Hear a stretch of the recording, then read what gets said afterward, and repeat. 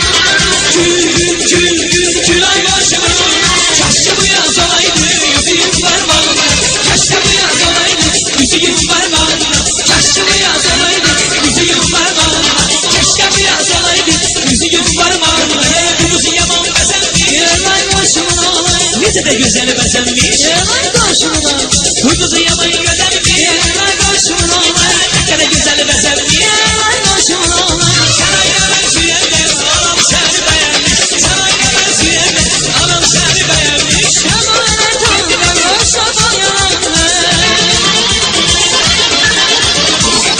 Şamane tanrım Boşa yalanlar Keşke bu yaz olaydı Yüzüğüm parmağında Keşke bu yaz olaydı Yüzüğüm parmağında